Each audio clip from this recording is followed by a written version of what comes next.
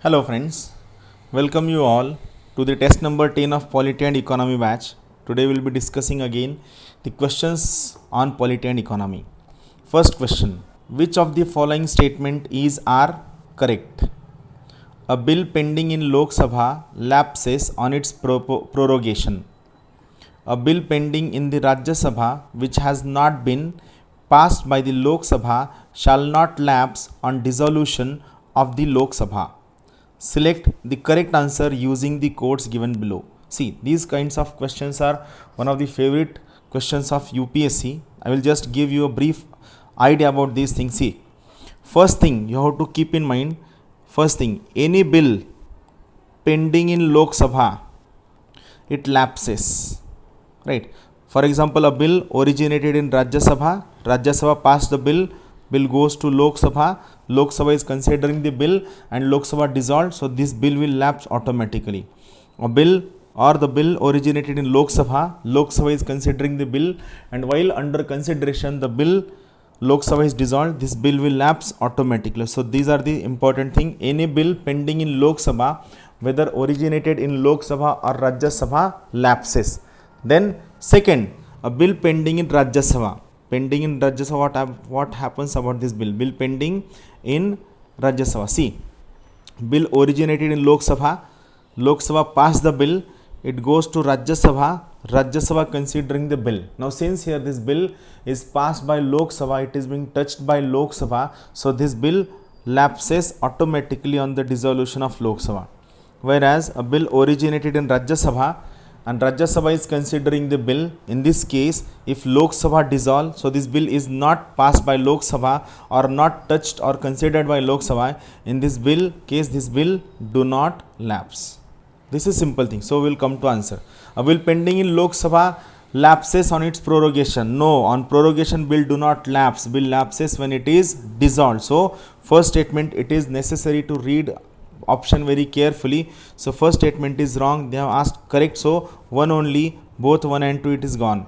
A bill pending in Rajya Sabha which has not been passed by Lok Sabha shall not lapse on dissolution. Yes, second statement is correct, so correct answer is 2. Clear? So this is first aspect question. Second question, consider the following statements.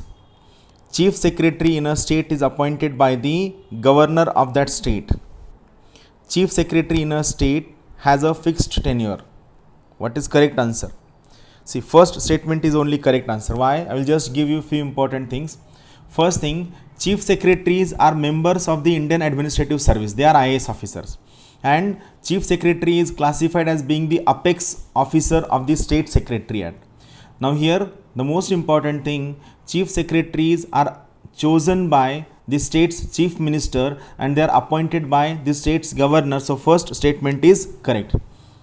But for union territories, chief secretary is appointed by union government. Remember this thing, in case of state, chief secretary is appointed by governor, whereas in case of union territory, chief secretary is appointed by the union government. Now here one very important thing, the office of the chief secretary has been excluded from the operation of tenure system. Tenure system means they will have a fixed tenure of certain time period. The Administrative Reforms Commission of India recommended that the tenure of chief secretary should be of 3 to 4 years. This timeline is important. It was recommended 3 to 4 years tenure should be given to the office of chief secretary. Clear? So only first statement is correct. Second statement is wrong. Chief secretary do not have a fixed tenure. Then question number 3. With reference to the Gram Nyalaya Act, which of the following statement are correct? As per the Act, Gram Nyayalayas can hear only civil cases and not criminal cases. Now see, here the word only comes, that's why it has some kind of, what you can say, trick.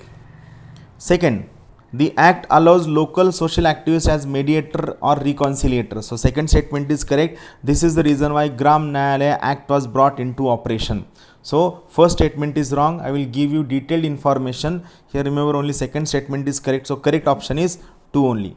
Now what is the act? See, first thing, Gram Nyalaya Act was passed in the year 2008. First case. Now The most important objective of establishment of Gram Nyalaya Act was to bring justice at the grassroots level. They are established at the grassroots level. Second important case. It aims at providing access to justice to the citizens at their doorstep. Gram Nyalaya try, first thing, criminal cases, second, civil suits and claims or disputes which are specified in the first schedule and second schedule of the Gram Nyalaya Act. So in this case, the Gram Nyalaya have a wider jurisdiction. So second statement is absolutely correct. Wrong. Coming to fourth question. The Parliament of India acquires the power to legislate on any item in the state list in national interest if a resolution to that effect is passed by the Lok Sabha. No. Here again Lok Sabha. No. Why? We know one very important article which is 249. Parliament has the right to make law on state list if a resolution to that effect is passed by Rajya Sabha. Now here, see, Rajya Sabha by a simple majority of its total membership. No, not simple majority. Rajya Sabha is correct but simple majority is wrong. Rajya Sabha by a majority of not less than 2/3 of its members present and voting. So this is the correct statement.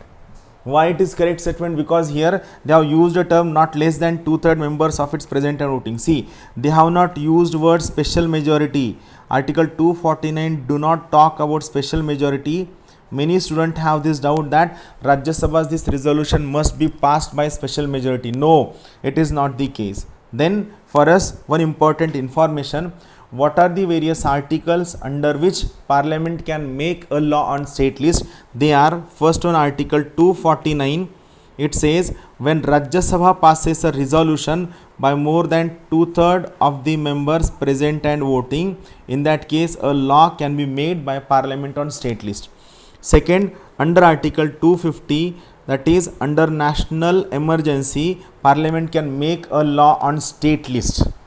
Third, under Article 252, when two or more than two states makes a request for making a law on state list by Parliament, here Article 252 is called as abdication of legislative power. Fourth, Article 253 for implementation of international treaties. Fifth, Article 356 during state emergency or President's rule or constitutional emergency, Parliament can make a law on state list. So these are the 5 specific areas where Parliament can make a law on the state list. Next question. Consider the following statements. The minimum age prescribed for any person to be a member of Panchayat is 25 years. A Panchayat reconstituted after premature dissolution continues only for the remainder time period. See, second statement is correct, first is wrong. Why? Minimum age prescribed is 25 years. I will just give you detail. See what first statement says. An adult with an age of 21 years and above is eligible for contesting the elections and for voting in the same local government elections. Now second about tenure of Panchayat.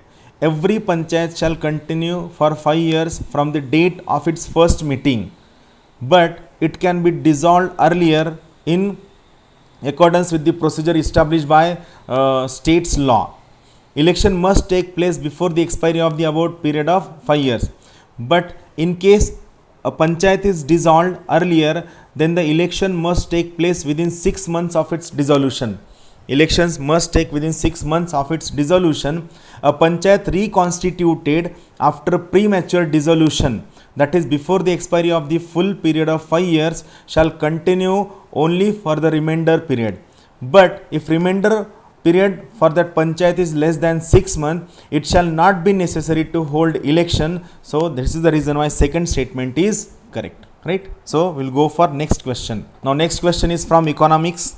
What it says, with reference to the 14th Finance Commission, which of the following statement is are correct? Now first thing for us, a Finance Commission is constituted under Article 280. Second, it is a constitutional body. Third, it is a quasi judicial body, right? So these three words are very important for our examination. Now what It says it has increased the share of states in the central divisible pool from 32% to 42%. So whether it is a correct or wrong, this is the first statement about the question, right? Now coming to second statement, it has made recommendations concerning sector specific grants. Select the correct answer using the codes given below. So the correct answer is one only. Here correct answer is one only. First statement is correct. Now I will give you detailed information. See, 14th Finance Commission was constituted by President of India in the year 2013, and 14th Finance Commission gave its recommendation in December 2014. First case, right? Now what the 14th Finance Commission recommended, it recommended the state's share in net proceeds of union tax revenue will be 42% as compared to 32% which was recommended by 13th Finance Commission. So first statement is correct, but the most important thing, 13th Finance Commission had recommended sector specific grants which were not recommended by 14th Finance Commission. So here second statement is recommended. Second statement is applicable to 13th Finance Commission, not 14th Finance Commission. That's why first statement is correct, second statement is wrong. Question number 7. A decrease in tax to GDP ratio of a country indicates which of the following? It is very simple. It indicates slowing of economic growth rate, and it do not talk about equitable distribution of national income. Now see, what is this basically tax to GDP ratio? Here remember, a tax to GDP ratio is one of the most important methods that are being used by economists to assess or to check or to evaluate a country's development, and it is calculated by dividing the tax revenue collected by the government from the GDP of that country. Now here what is important, if a country is having higher GDP, it means that country is producing more goods and services, and if the country is producing more goods and services, it means there is more and more employment and more people are earning in the country. And obviously if people are earning more, in that case that country will have higher GDP, and higher GDP will automatically lead to higher tax collection.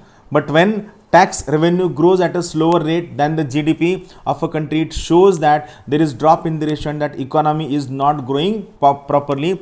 So this is the case, only first statement is correct. Here one important point to remember, a higher GDP of a particular country is an indicator that there has been an increase in overall development in the country, and so higher per capita income. So here first statement is correct. Question number 8.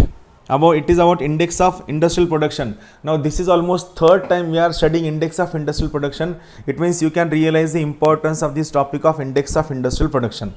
Now what it says, in the index of 8 core industries, which one of the following is given highest weightage?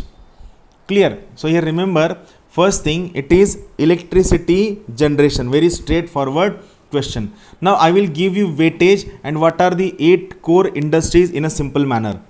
First thing, in our index of industrial production, these 8 core industries have almost 38% weightage. Out of this 38% weightage, 4.38% weightage is given for coal production. Then electricity generation is given almost 10.32% weightage. Then fertilizer production is given 1.25% of weightage. Then steel production is given a weightage of 6.68%. Then what about remaining 4? So in remaining 4, fifth one is crude oil production.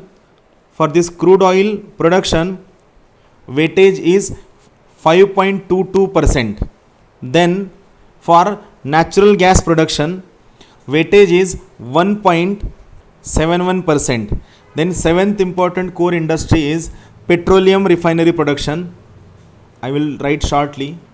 Here weightage is almost 5.94%. And last one, eighth industry is cement production. Cement production is given a weightage of almost 2.41%. So if possible, try to remember highest weightage, lowest weightage, and the most important bit, in entire index of industrial production, the 8 core industries have been given a weightage of 38%. Then question number 9. The fair and remunerative price of the sugar cane is approved by Cabinet Committee on Economic Affairs, Commission for Agricultural Costs and Prices, Directorate of Marketing and Inspection, Ministry of Agriculture, and Agricultural Produce Market Committee. See, it is very straightforward question. Everyone must know this answer. It is Cabinet Committee on Economic Affairs, which approves fair and remunerative price. I will give you some detailed information about it. Remember, the Cabinet Committee on Economic Affairs approves the fair and remunerative prices for the sugarcane. Now, FRP, that is fair and remunerative prices, is the minimum price that sugarcane farmers are legally guaranteed based on an act. However, state governments are free to fix their own state advised prices. Remember, state governments, a word is there which is SAP. What is SAP? It stands for state advised prices, right? And miller, that is sugarcane owners, millers can offer any price above the FRP. They have to offer price which is more than fair and remunerative price. Cabinet Committee on Economic Affairs, it approves the fair and remunerative price on the recommendations of the CACP. CACP stands for Commission on Agricultural Costs and Prices. I repeat once again, Cabinet Committee on Economic Affairs approves the fair and remunerative prices which are recommended by CACP. CACP stands for Commission on Agricultural Costs and Prices. Now the most important thing, what are the basis for fixing fair and remunerative prices? Here remember, fair and remunerative prices is fixed after taking into consideration the margin, that is profit margin for sugarcane farmer, which is based on cost of production of sugarcane. Here, while deciding cost of production for sugarcane, the cost of transportation is also taken into account. So this is the most important basic information that everyone must know about fair and remunerative prices. Then question number 10. Which one of the following issues the Global Economic Prospects report periodically? The Asian Development Bank, the European Bank for Reconstruction and Development, the US Federal Reserve, and World Bank. What is the correct answer? Here the correct answer is World Bank. World Bank. Also, I told you while giving you analysis of UPSC prelims, there are certain important institutions whose various reports are very essential, where you will definitely get the questions. So out of those, the most important are these World Bank, IMF, Asian Development Bank, and other institutions. I will give you some details about this report, which is Global Economic Prospects. See, first thing, this Global Economic Prospects is a World Bank Group report. Remember, it is a World Bank Group report. First aspect, right? I will write on next page. It is a World Bank Group report. Now, what is the function of World Bank Group report? This report, it examines global economic development with a special focus on developing countries. Remember, this Global Economic Prospect report, it focuses majorly on developing countries like India and other developing nations. Then this particular report is published twice in a year. One edition is published in the month of January, whereas second edition is published in the month of June. Then what is the focus of January edition? Here remember, January edition, it focuses on in-depth analysis of topical policy challenges faced by developing countries, while June edition, it contains shorter analytical pieces. Remember, this Global Economic Prospect report was first published in the year 1998. This year is important. Global Economic Prospect report was published for the first time in the year 1998, and most importantly, this report provides both historical data as well as economic forecast. It focuses on historical data of developing countries as well as it focuses on economical prospects, economical forecast. Right. So thank you very much for all, and from, if possible, from tomorrow onwards I will be starting a test on environment also, as many students feels that it is very difficult to focus on environment. So if possible, if I am getting time, I will focus more and more environment test also. It means we will be going for environment, polity and economy test. Thank you very much. Have a good day. Thank you.